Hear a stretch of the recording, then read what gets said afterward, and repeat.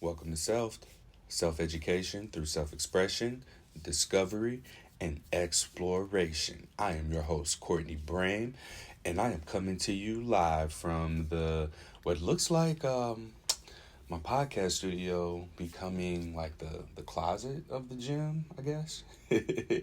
I am packing up, I'm moving, I'm selling all my stuff. I am off to Oregon in 5 weeks. So this is legitimately the countdown to Portland, Oregon at this point. I was nervous about declaring it at all because I wasn't sure if some opportunity out the blue would pop up and then it would be too good to pass up, or it would be really in line with what it is that I want to do for my passion, working as the executive director, podcast host, and founder full time of Something Positive for Positive People. I want to talk about real quick, like identifying synchronicities, because that's what's happened for me along the way of making this decision to move out to Portland. I've learned that the impact of my intention is that magnetic and strong, or maybe even just in identifying my intention, seeing that it's impactful, period. Because what happened is just that things became more clear. And I think that when you communicate passion, it radiates to other people, and maybe it nudges them to ask certain questions that open up dialogue, that clear space for opportunities to be observed that otherwise wouldn't have. To give you an example, I had a client, a new client at the gym. She walked by, she was looking at our flyer on the window for a nonprofit workout that we've been doing on Saturdays. And she was just looking at it. So Carl was here. He let me know somebody outside looking at the thing. I should go explain it to her. I talked to her a little bit, and she was excited about it. And she came and checked out the gym the next day. Now, over the course of the day, she and I were texting because they followed me on Instagram, and they saw a lot of the mental health stuff that I had been posting, and they asked about that, and I let them know I have a nonprofit and what it does, and they happen to work in social work, and so does their roommate. So they brought in their roommate and myself, or they brought in their roommate and to the gym for our training session, and I gave him a workout, and then it was just us, and we ended up talking for a solid 30 to 45 minutes, because someone had said something about me leaving, and the roommate was like, "Oh, you're leaving?" I was like, and I didn't say anything, and the client heard and was like, "Yeah, he always goes out of town." I was like, "Oh, phew, thank God," because I didn't want them to like come, this be their first day, and then they like it a lot, and then don't want to come back just because I'm leaving. So, and that was a good save. That was a good save.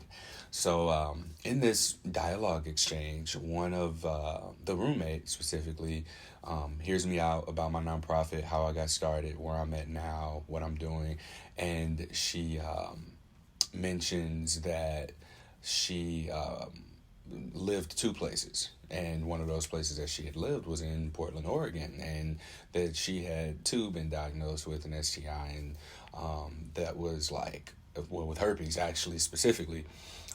So that kind of let me know, like, just those little synchronicities, those little hints of things that happen, kind of let you know. I matched with someone on a dating app, and I let them know I wasn't going to be here long. I'm headed off to Portland, Oregon. They're like, "Oh, that's where I'm from."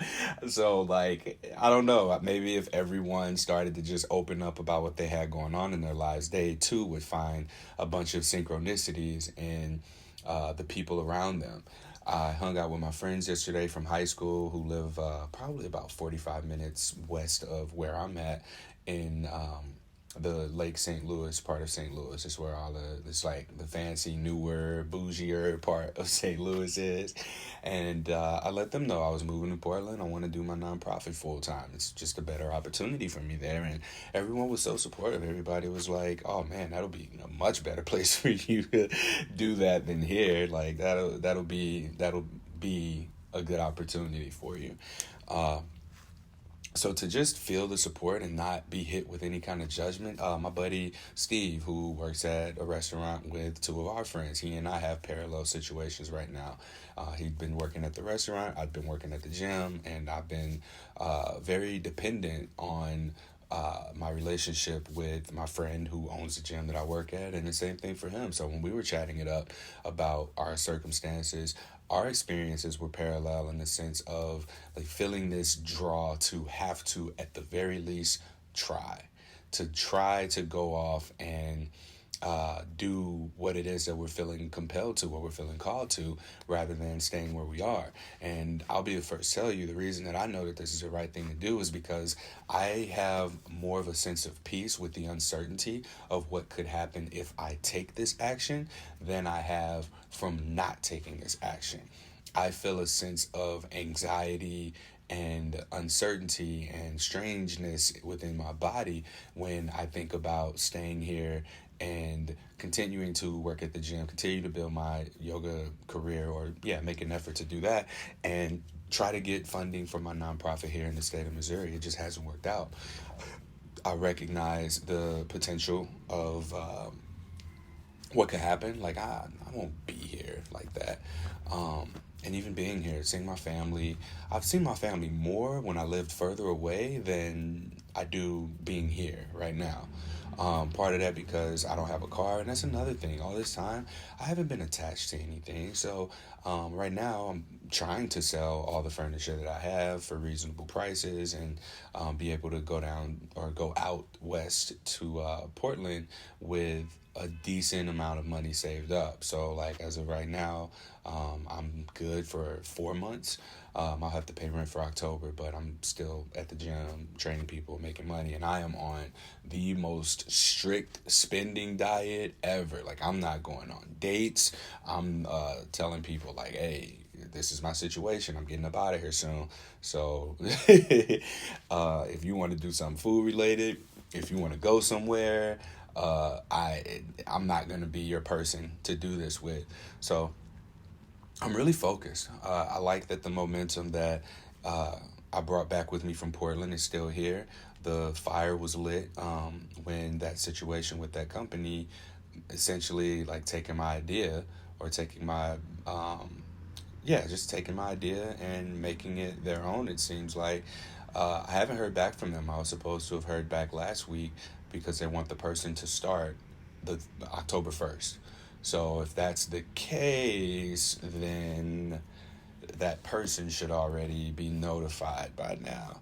So I've been talking to more people about that, and what they did, nothing was illegal about it. It was just unethical and immoral. So I don't harbor much resentment. I do harbor resentment towards them, and part of me has this like, oh, I'm gonna show y'all, thing that's running in the background, but I'm not paying that any attention. I'm leaving this state, so I don't even want to, I don't care to have them look at me as a competitor or see me as being spiteful or anything. But I will say this, I've been here 4.5 years. And I've been trying to partner with individuals, with organizations, with universities, everybody here about STD prevention.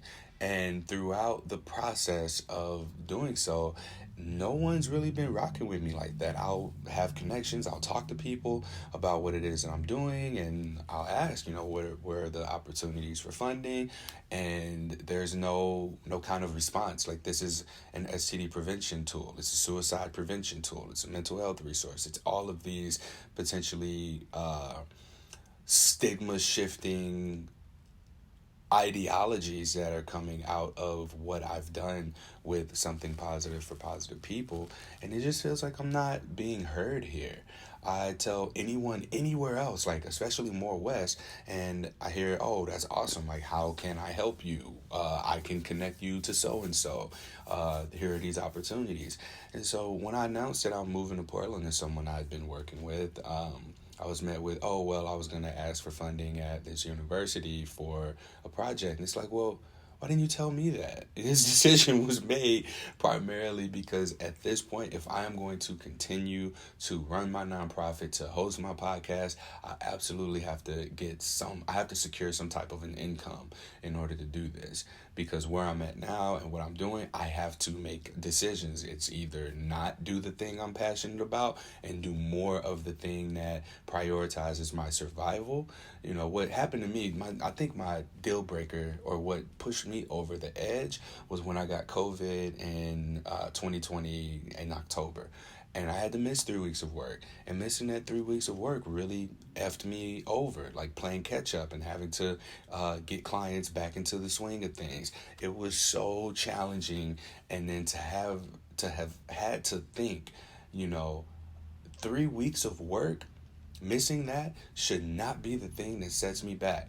And it made me realize if I were to fall, break something, get sick, any of those things, I would be potentially screwed. And that shouldn't be where I'm at in my life as a 32-year-old, double major, college educated man with a bunch of different skills, a ton of connections, a nonprofit as well, and with all of this funding that's available. So once, that re-clicked for me, it was like, all right, Courtney, yeah, what are we doing here? What are we doing? We have got to do something different for myself, for my future, for my future self, for my potential family, or for my potential partner. Like, I need to be at a certain place, and even for my community.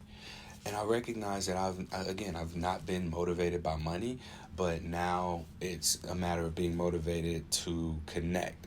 I am motivated by connection. So as I make the decision to pack up, leave, move to Portland, Oregon, I am moving to a place that I feel more connected to myself and my identities around being someone who's sex positive, being someone who cares about things that aren't at a superficial level. Like, even when I go out here in Missouri, in St. Louis, let me just say that, because Missouri and St. Louis are slightly different.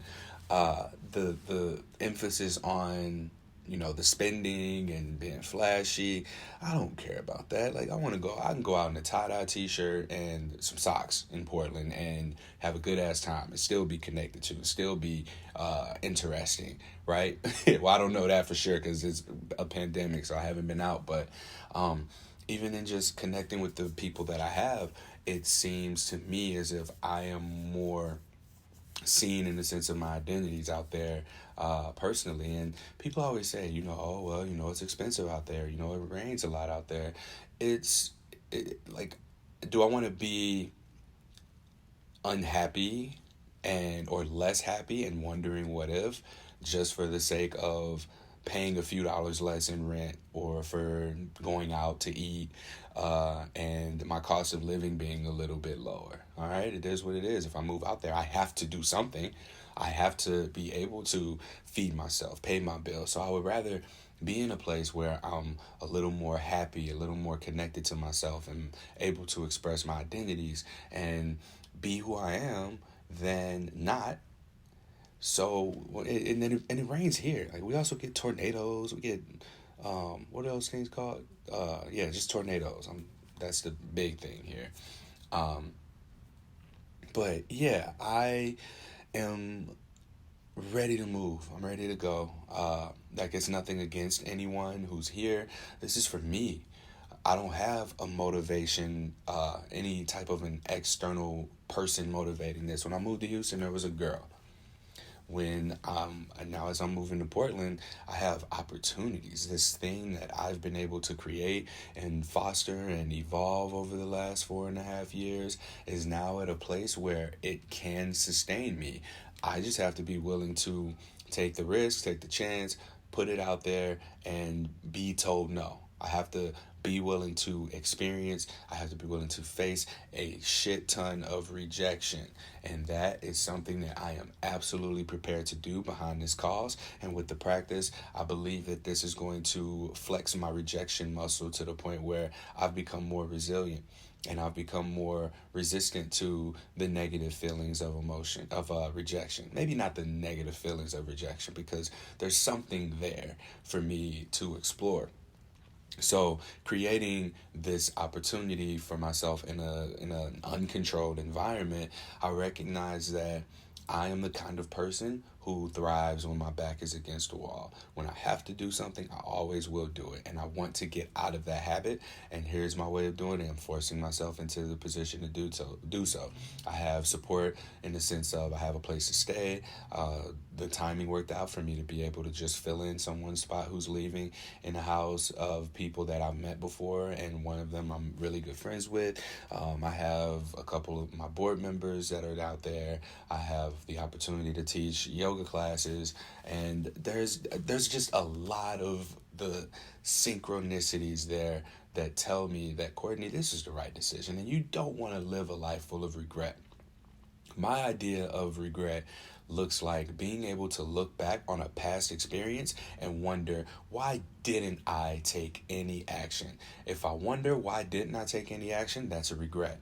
If I ask myself, why did I do it that way instead of this way, it's not regret, because action was taken. And that to me is one of the more important aspects of life for me, to be someone who takes action, who feels that intuitive pull in a direction, and I move with it. I move with it. That's what I want to remember. That's how I want to know that I'm living my life.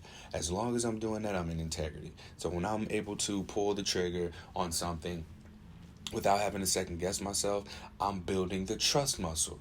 I'm flexing my intuition and strengthening that, because for so long, I haven't. I've relied on the intuition of others. I've outsourced my feelings of rejection, my potentials for rejection. I've outsourced my risks.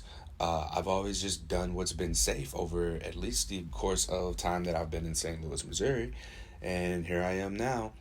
I'm about to leave. And I'm in like hustle mode. I have a whole business plan. I have an updated resume. I've applied for some grants. I've created a budget. My goal is to get the remainder of my work in STI minimization. You heard it here first, which is basically, it's a supportive, more inclusive form of STD prevention to include people who have experienced stigma through testing positive for an STI. I want to bring together the communication aspects of sexual health along with the educational aspects of sexual health, and show how, like through my podcast, like being able to present data that says, hey, here's how we get the communities involved. Look at what I've done over the last 4.5 years with podcasting. So I'm not going to talk too much more about that. I don't need no more of my ideas getting stolen, especially before I get funded and trademarked and have like my name on research papers and things like that. I also had somebody reach out about a job. I was so flattered. I was smiling big and everything. She reached out and was like, hey, are you hiring? I love your work and this is what I do. And I was just like, yo, I wish I could hire you. Like, I'll pay you out my own pocket, but I ain't got it right now. I got to prioritize Courtney. So in the pursuit of funding, this can be something that eventually becomes a thing where I'm able to actually create opportunities for other people. And that's what success is, right? Success looks like being able to create opportunities. To me, this is what it looks like. And as I'm pursuing my own opportunity that I'm creating and stacking more and more on top of, this is what's real for me. This is what's happening. So all that said, the impact of our intention, when we know what it is, we can do anything. We start to look for, once we set that goal, that the path to get there. I don't know if anyone's ever done an obstacle course or rock climbing, but there's typically one way to get to, or there's always a way. There's easier ways, there's more challenging ways, right? So if I'm rock climbing, yeah, the path is kind of painted for me, but you could see all of the other like colored assortments and whatnot. So let's not use that. That's kind of cheating. But that's essentially what it looks like to connect with your intention, to be in your intention, and the impact is you progressing toward the top. If you're rock climbing out in the wild, that's a little bit different. You taking chances with every reach, every climb, all that. But in my case, like, I'm recognizing the impact of my intention, and I'm seeing it around me. The impact of my intention is clarity. A clarity to be able to see the opportunities that propel me toward my ultimate big picture goal. And I can't unsee that. Nothing can take that away from me. I even talked about how when I went to visit Portland, it was like, you don't know you need glasses. I went to Portland, I had glasses on. It was like, wow, I didn't know I needed glasses. And then I took them off and came back home. And it's like, okay, I need to go get glasses again. That's what it feels like. And everything about this just feels right. And I'm happy to be documenting this here because whatever point that I'm at in 4 months when my savings runs out, I want to be able to look back on this and listen to these podcast episodes about my road to Portland and be able to say, hey, I did everything I could. I did everything I could in order to pursue my passion and make it work. And in the event that it works out, yay, I'll be on the Jordan Harbinger show getting an interview done, might be on Oprah. Woo woo. And if it doesn't work out, then okay, I'll on to the next thing or on to whatever it is that whatever opportunity created itself through the trajectory that I'm on now. I'll be okay with that. I'll be okay with whatever happens. And my hope is for people who pursue a passion, who pursue a goal, to remain connected to their intention. That's my hope for you. When you remain connected to what your genuine, pure intention was, or whatever it is that it's evolving into or evolved into, you're going to turn down opportunities that look like a way out. You're going to say no to things that you like, man, why did I say no to that? You're going to find yourself in the position of being able to say yes to the thing that you've been saying yes to the entire time. And every one of those no's along the way to what's not what you're working towards, to what's not for you, to what's not yours, is a yes to the bigger goal. Every one of those no's to what's not your thing is a yes to your thing. And when you start to repeat that behavior, your belief is getting more and more and more. It's creating more clarity for you to be able to see it because you're not falling victim to distractions. Had I gotten a job in public health, had I taken that job, I would have been distracted. I would have been able to create more distractions for myself. Granted, I would have had more money to be able to continue to pay for people to get therapy. I could self-fund my nonprofit. But that's not the only way to do this. So that looks like rock climbing with the color coordinated. If you've ever been to a rock climbing gym, you'll know what I'm talking about. But following the path. You know, this right here, this free climbing. I don't know what the next climb is going to look like. I know that I need to get from this point to Portland, Oregon.